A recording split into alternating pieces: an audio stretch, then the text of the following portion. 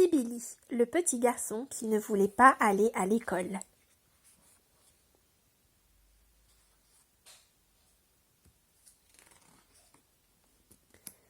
Tibili est un petit bonhomme de 6 ans qui rit du matin au soir. Il rirait même la nuit s'il ne tombait pas de sommeil tellement il court et joue toute la journée.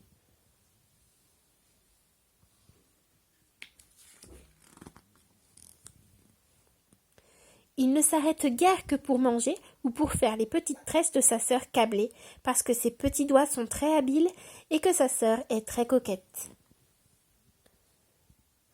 Un jour pourtant, Tibili s'arrête de rire. Sa maman vient de lui apprendre qu'il irait à l'école à la prochaine rentrée des classes. Tibili ne veut pas aller à l'école. Il ne veut pas rester enfermé dans une salle de classe, en face d'un tableau noir triste, triste comme l'ennui. Tibili n'a pas besoin de savoir lire ni de savoir écrire. Il préfère lire comme son grand-père, pas sur du papier mais dans le ciel, où le soleil chante le jour et où la lune danse la nuit.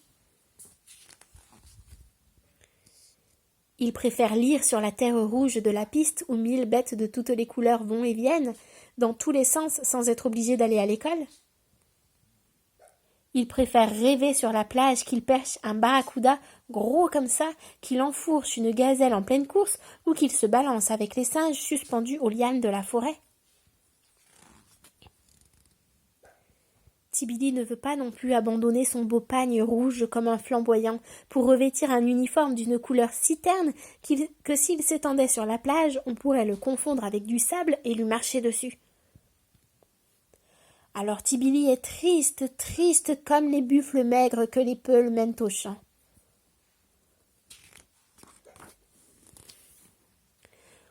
Comment faire, mais comment faire pour ne pas aller à l'école ? Les lunes succèdent aux lunes et la rentrée des classes approche. Il demande à Piou, le lézard. « Peux-tu me dire ce qu'il faut que je fasse pour ne pas aller à l'école ?» « Je ne vois qu'une solution, » répond Piou. « Tu n'as qu'à te cacher dans le trou du fromager. Le creux est assez vaste pour que tu y sois à l'aise. » Tibili pense qu'il y restera bien pour un moment, mais tous les jours...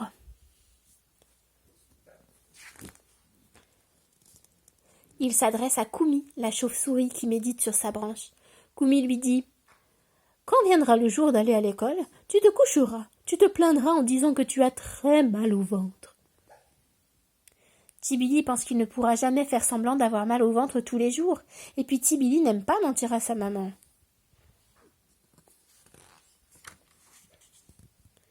Alors il interpelle l'araignée Croppe, qui sait toujours tout. Croppe lui dit « Je ne vois qu'une chose, c'est d'aller chercher le coffret du savoir. Il est enterré près du marigot, entre le papayer et le tamarinier.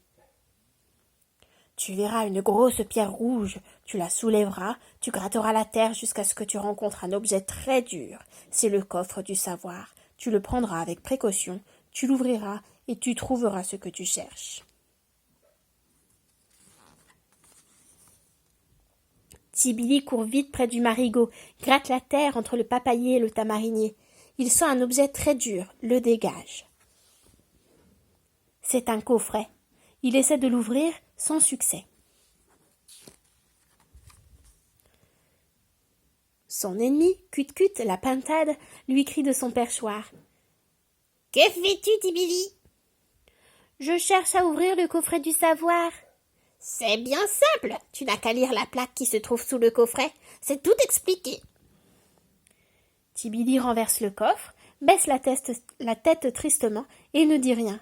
« Alors ?» dit la pintade. « Je ne sais pas lire. »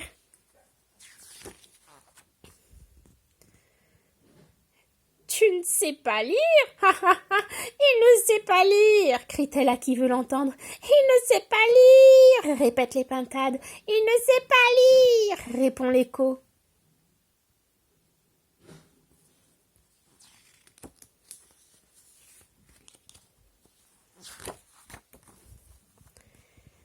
Tibili replace le coffret dans sa cachette, le recouvre de terre, replace la pierre rouge et s'en va.